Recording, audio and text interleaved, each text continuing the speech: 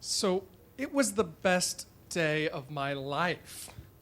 As a sophomore in high school, Sarah Tuberman asked me to go to prom with her, and I said yes.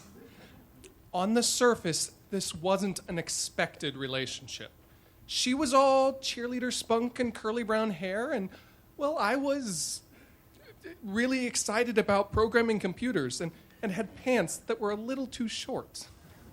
But you see, for the past 6 months, we had been sharing a music stand in band class. You know what that means.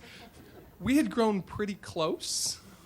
And in particular, she would tell me all the exciting things about her life while I turned the pages of the music. And she was telling me how excited she was to go to prom, and how excited she was about the dress, and how excited she was to go with her football player boyfriend named Tom.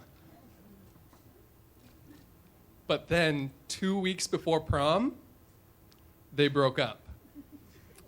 And then 1 week before prom, Sarah sent her friend Nancy to me with a note that said, "Grant, will you go to prom with me? Smiley face." And I was thrilled to be her second choice. Because this was prom. I mean, for the juniors and seniors in my small-town Nebraska high school, prom was created to allow them to experience love and beauty at its best. Or at least as much as the school fundraisers allowed. Which is why this meant the relationship was going somewhere.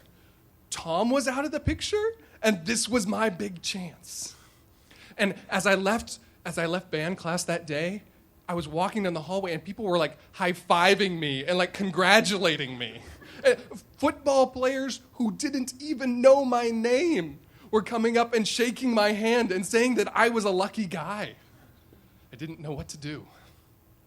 And then prom night arrived, and I hopped in my dad's Ford F1 pickup truck, and I drove over there and I picked her up, and I was wearing a tux that was rented from a place called the Western Edge.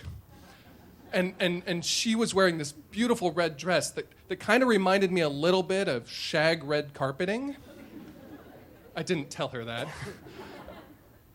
And we drove to the high school gymnasium where they kind of shuffled us in to take our formal prom pictures and in front of the papier-mâché waterfall with the scoreboard in the background.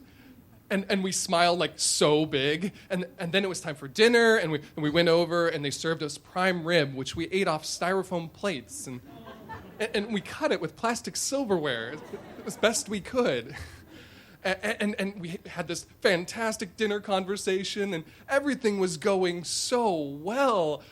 And then the music started playing, and it was time for dancing. And I started realizing I actually didn't know how to dance. But I was like, it's just one of those things, right? You just go out there and you just do your thing, right? You just do your thing. So I got out there and I was doing my thing. I was really happy about my thing. And after a little bit, Sarah said to me, "You gotta stop. You're embarrassing yourself." Yeah. And so I was like, okay, we don't need to dance. It's okay. This will be okay. We can get through this. We'll just sit down and watch other people dance. That's fun, right? And we'll have a great conversation. So we sat down and we were chatting and everything was fine. And at some point in there, I had to go to the bathroom. And when I came back, Sarah was no longer sitting down. She was out on the dance floor with Tom. They were playing Elton John's "Can You Feel the Love Tonight?" And they were making out. I know. So in that moment, I am feeling this intense pain, searing pain of loss. The one that kind of feels like having a hot butter knife jammed into your sternum. Like that is what I'm experiencing. But in that moment, one of the football players came and slapped me on the back and said, "Hey, I guess you lost your date for prom, didn't you? And that's when I realized that they were all going to laugh at me, too. And so I went and kind of sat far away from everybody, kind of on the bleachers, kind of at the end, and 1 hour passed, another hour passed, and I was kind of trying to figure out how I could ask my parents if they would help let me change schools. And about that time, a girl who I didn't know started making her way from the dance floor over towards me. And the fact that I didn't know her was odd, because this is small town Nebraska. I know everyone in the entire school. And when she approached, I looked up, and she had blue hair. She was wearing a lacy pink dress with a neon green feather boa wrapped around her neck. And she was definitely wearing combat boots. Mm-hmm. And she said to me, "Hey, you want to dance?" And I was like, "No, I'm sorry. I don't know how to dance. I'll just embarrass us." And she said, "Hey, aren't you the guy who got dumped by the girl he had a crush on in front of the entire school?" Like, what do you really have to lose? And you know, she had a point. And just at that moment, at that pivotal moment, they started playing one of my favorite songs, Will Smith's Getting Jiggy With It. I mean, it's a 90s hip-hop anthem, people. And you know, what else was there to do, really? So I just said, screw it, we're going. We went out there to the dance floor, and I started doing my move again, you know? And like, I am no better. And I could just feel the waves of shame and embarrassment crashing over me, telling me I was not worthy to be on that gymnasium floor. But when I looked up, I noticed that this girl, she was doing my move too.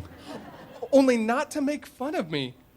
She was making my move look good, which only encouraged me further.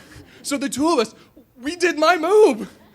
And it was great. We just, the whole song, we got jiggy with it, people. And when that song was over, she looked at me and said, "Hey, I don't know what you think about yourself. I don't really care. Every girl here would be lucky to have you as a date. And most, well, I don't care what they think. The sooner you understand you're a cool guy, the better this place is going to be." And she turned and walked away, and I never saw her again.